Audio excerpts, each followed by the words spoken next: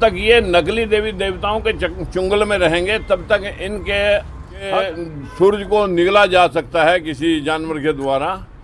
और मैल के बच्चे बन गए, कुशा के बच्चे बन गए, ना जाने कितनी 10-10 सिरों वाला आदमी रावण बना के इनके आगे पेश किया जा सकता है। जिस फरीदाबाद पहुंचे पूर्व सांसद राजकुमार सैनी ने दिया विवादित बयान, धार्मिक मान्यताओं और रामायण पर उठाए सवाल। फरीदाबाद में आयोजित एक कार्यक्रम के दौरान पूर्व सांसद राजकुमार सैनी ने एक बार फिर विवादित बयान देकर सियासत गरमा दी है। उन्होंने धार्मिक मान्यताओं, देवी देवताओं और रामायण को लेकर तीखी टिप्पणी की है, जिससे नया विवाद खड़ा। 4 तारीख का ये भाई लोग निमंत्रण भी मुझे दे रहे हैं, मैं कोशिश करूंगा कि इसमें भी उपस्थित रहूं। लेकिन मेरी विनती है कि जिस दिन हम हमारे बैकवर्ड समाज के लोग अशोक सम्राट को, गौतम बुद्ध को, महात्मा ज्योतिबा फुले, भीमराव अम्बेडकर महापुरुषों को पढ़ना शुरू कर देंगे, उस दिन इनके हक और अधिकारों के ऊपर कोई डाका नहीं डाल सकेगा। जब तक ये नकली देवी देवताओं के चुंगल में रहेंगे तब तक इनके हक और अधिकार मिलने तो दूर, इनका दिमाग तक भी लोगों ने हैक कर रखा है कि ये सोचने की शक्ति इनकी ख़त्म कर रखी है। जिस प्रकार की धारणाएं इनके दिमाग में डाल रखी हैं कि सूरज को निगला जा सकता है किसी जानवर के द्वारा, और मैल के बच्चे बन गए, कुशा के बच्चे बन गए, ना जाने कितनी 10-10 सिरों वाला आदमी रावण बना के इनके आगे पेश किया जा सकता है, जिसके कभी 10 सिर हुआ नहीं करते। वो 10 राजाओं की वंशावली, अशोक सम्राट चंद्रगुप्त मौर्य की वंशावली को ख़त्म करके उन 10 राजाओं का आखिरी राजा बृहद्रथ मौर्य का रावण बनाया जाता है, जो चिरतार्थ कर रखी है रामायण। सच्ची रामायण लिखी थी लीलाई सिंह यादव ने, और वो पेरियारी रामास्वामी के उसको हिंदी पर परिभाषित किया था। उसके ऊपर सुप्रीम कोर्ट ने 9 सितंबर 1976 को फैसला भी दे रखा है कि जो लीलाई सिंह यादव कह रहा है वो बिल्कुल सही तथ्य है और बाकी काल्पनिक कहानियां हैं। दूसरे, इन लोगों को गुलाम बनाए रखने के लिए जो कहानियां लिखी गई हैं, हम आज तो अब हमारे प्रधानमंत्री मोदी ने भी कहा कि ये जो कहानियां लिखी हैं, इन कहानियों से हमें ऊपर उठना होगा। भाई पहले तो आप ही ऊपर उठ जाओ, बाकी के लोगों को तो देर नहीं लगेगी उठने में।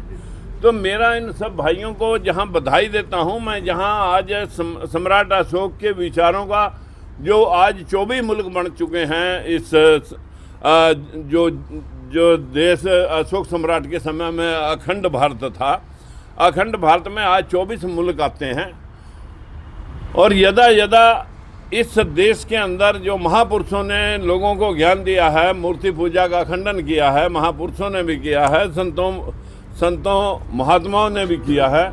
लेकिन आज के जो संत महात्मा बने हैं, उन संत महात्माओं ने इस देश को हिंदू राष्ट्र घोषित करके इन लोगों को मानसिक गुलाम बनाए रखने का जो कुकृत्य चला रहे हैं, और 10-10 लाख रुपए की कथा कहते हैं और लोगों को कहते हैं मोह माया से दूर हो जाओ। ये लोग अभी तक जब तक नहीं समझेंगे इन पाखंडियों का वातावरण जो पैदा किया जा रहा है, इनको कैसे मानसिक गुलाम बनाए रखना है। हिंदू सम्मेलन चल रहे हैं इस देश में, और इनको हिंदू बनाए रखने के लिए तो बहुत ज़रूरी है। लेकिन जब इनके हक और अधिकार की बात आती है, तब आज 15,169 पोस्टों में से सिर्फ 7%, 8% जज और IAS, IPS, IRS सिर्फ 8% की हिस्सेदारी है। जिनकी संख्या 80% है, उनका 8% का हिस्सा है, और जिनकी संख्या 20% है, वो लोग 92% पे कब्जा करे बैठे हैं। और ये इंसाफ की दुहाई मांग रहे हैं, जबकि वोट से राज बनता है। ये लोग अपने नेता पैदा करके वोट की तरफ बढ़ना नहीं चाहते, ईर्ष्यालु लोग हैं, एक दूसरे से ईर्ष्या करके जातियों में बंटे होने की वजह से ये पिटते पिटाते यहाँ तक पहुँच गए। आज हमारे साथ भारतीय वीर दल के भाई विजय किसाना जी भी खड़े हैं। हम सब एक ही मिशन के ऊपर काम करते हैं, और मैं बधाई देता हूँ आज इन सब भाइयों ने एक प्रयास किया है अशोक सम्राट की जयंती को मनाने का। और दूसरा प्रयास अभी इन भाइयों ने भी इसी श्रृंखला में स्टार्ट किया है कि हम अपने महापुरुषों को याद करें और उनकी वाणी और उनके विचारों का आदान प्रदान करके इस समाज को, देश को जगाएं।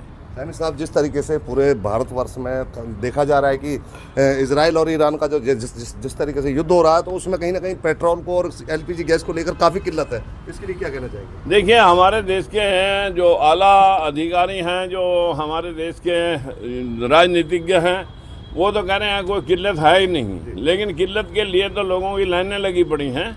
और अभी कुछ कोटा भी निर्धारित किया है कि 200 पहिया को